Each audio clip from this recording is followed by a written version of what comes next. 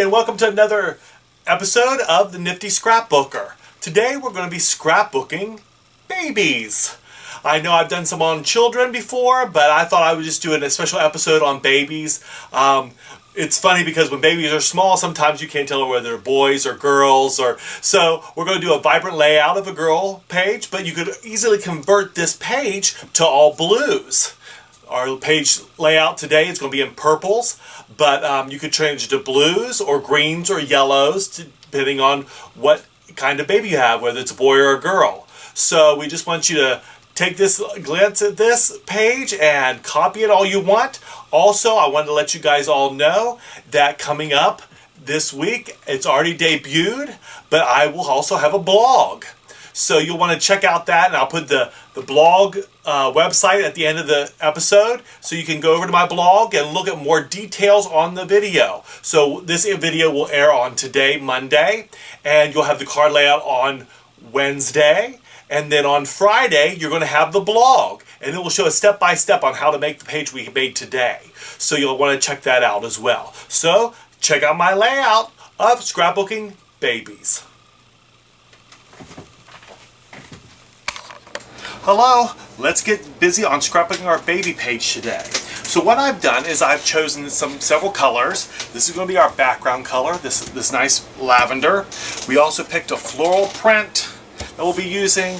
We picked a print of stripes. We picked this filigree print. So we're going to be using these three different pages in our scrapbook page layout today. So we'll just put those aside and we're going to work on this. Now, one thing I'm going to do a little differently is we're going to run our border, instead of down the side here, we're going to run it across the top. So the first thing I want to do is I want to take my measuring tape. I have a little flexible magnetic measuring tape here. We're going to be making a mark just at 2 inches. We're going to be making a mark on the other side of the page at 2 inches. And that's where we're going to line our first border up. Now I've already cut out our borders and cut out our and edged them. I want to show you some of the borders we'll be using today. We're going to be using a Spook Alley.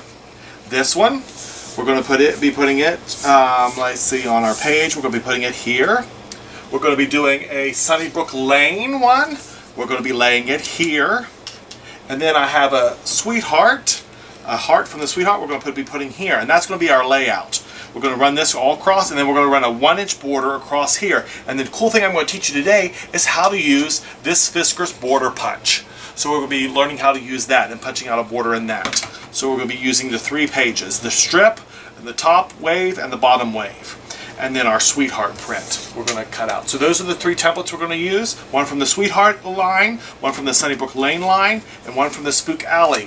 And you'll be able to see on my blog, you'll have all those written down for you. So you could actually purchase those if you want to from a Kiwi Lane representative. So first thing we're going to do is we're going to get our small border. As you see, it's going to be our floral border.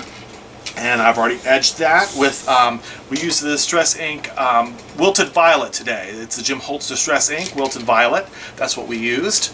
So we already distressed that. So let's go ahead and lay that down. So we're just going to put several marks along here. This layout will not have any tucking, so we can put the tape where we want to on here. So I'm going to line it up on this mark here. I'm going to line it on this mark down here. And there we go. Got our first border down. Now simply what we're going to do with this border is we're going to take this larger border, which is the filigree. We're just going to put some stripes here on it. And we're going to just butt this up against the other one. And what we're going to do is we're going to bring our third print and we're going to hide it. Now if you see on my third print, what I've done is I've already hole punched. You can see there I've already done the border punch along this side. But what I'm going to do is I'm going to teach you how to do this border punch. So we're going to set this paper aside for the moment and we're going to learn how to do this Fisker's border punch. Now what I like to do with this border punch, if you see on each side, it ends with a whole loop. So to end with a whole loop, I'm going to start it right on the edge of that print there. And we're going to punch. Now what you do is you bring it down and line this punch up with that punch. Make sure it's up against the back. Line that up and punch again. And we're just going to continue this down the line. We're going to put it up against the background, make sure our holes line up and our ridge lines up there on our scallop, and punch. If you do a punch like this, like I just did, you see I missed a spot in the middle. You just readjust, bring it back in here, and punch again. If you have it in the same place, it's going to just do that and punch out that piece for you. We're going to come down here. We're going to line it up again and punch. There we go. We got our last little bit here. Line it up. Now it's going to actually cut it all the way off, but we have to go back and do this line here. So we're going to line this up here. Let's see if we can get it lined up good. There we go. That's against the... There. Oops, I took it off. There we go. Last punch. And your last punch will actually separate this. So we'll have this. This is waste. Or you can use this to stripe down some other part of another different page. And there you got your border punch.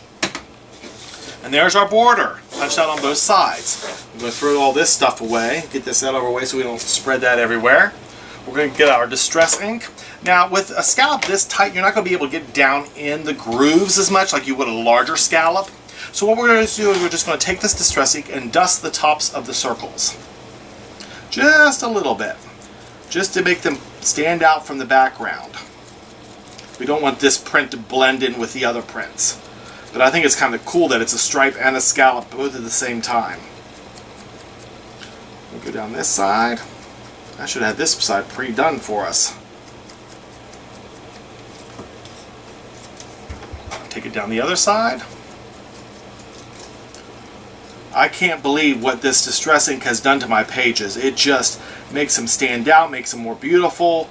And I was introduced to this product last year at a scrapbooking convention, and I just fell in love with the Jim Holtz line. And I have all kinds of colors.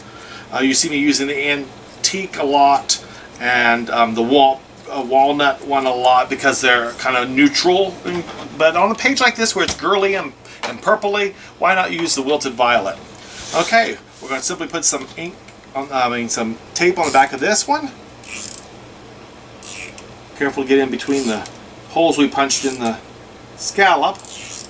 There we go. And here we go. We're going to lay this on our page. And then what we're going to do is just we're going to divide this in the middle. So we're going to go right about in the middle of these two pieces of paper and let it just lay down on its own. And then we're going to just run our finger around the top. We'll turn it upside down like I do and rub good to make sure the whole background accent there is on. And there we go. There's our basic scene. Now what we do is I have two background pictures, and we're going to be doing one sideways and one up and down. There's my little daughter. Why don't we throw this one down here? Maybe throw this one up here. And we're going to throw what I did was I took the Sweetheart template and I cut it out in this darker purple. Then I went back and traced that upside down, and then went in about 1/4 of an inch and made another one out of the floral. So we're going to double layer that and make that little accent right there. So let's get putting this together.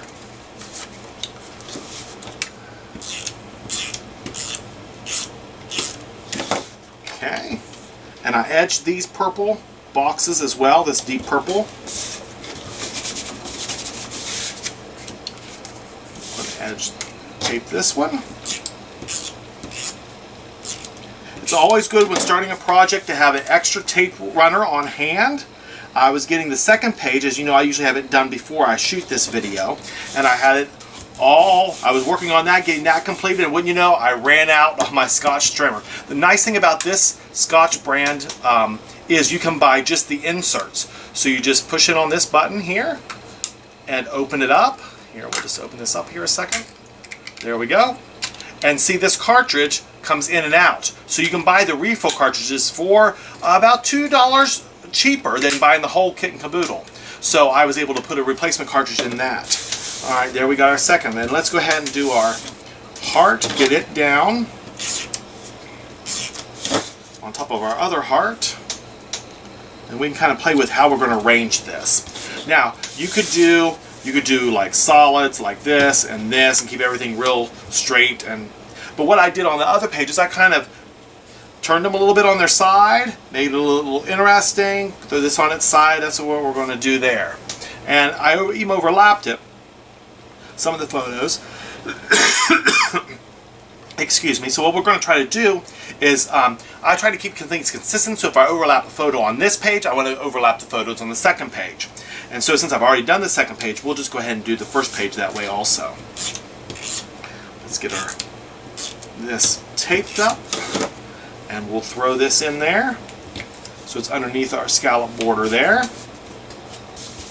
Then we'll put my little daughter in a baseball hat. She loved hats growing up.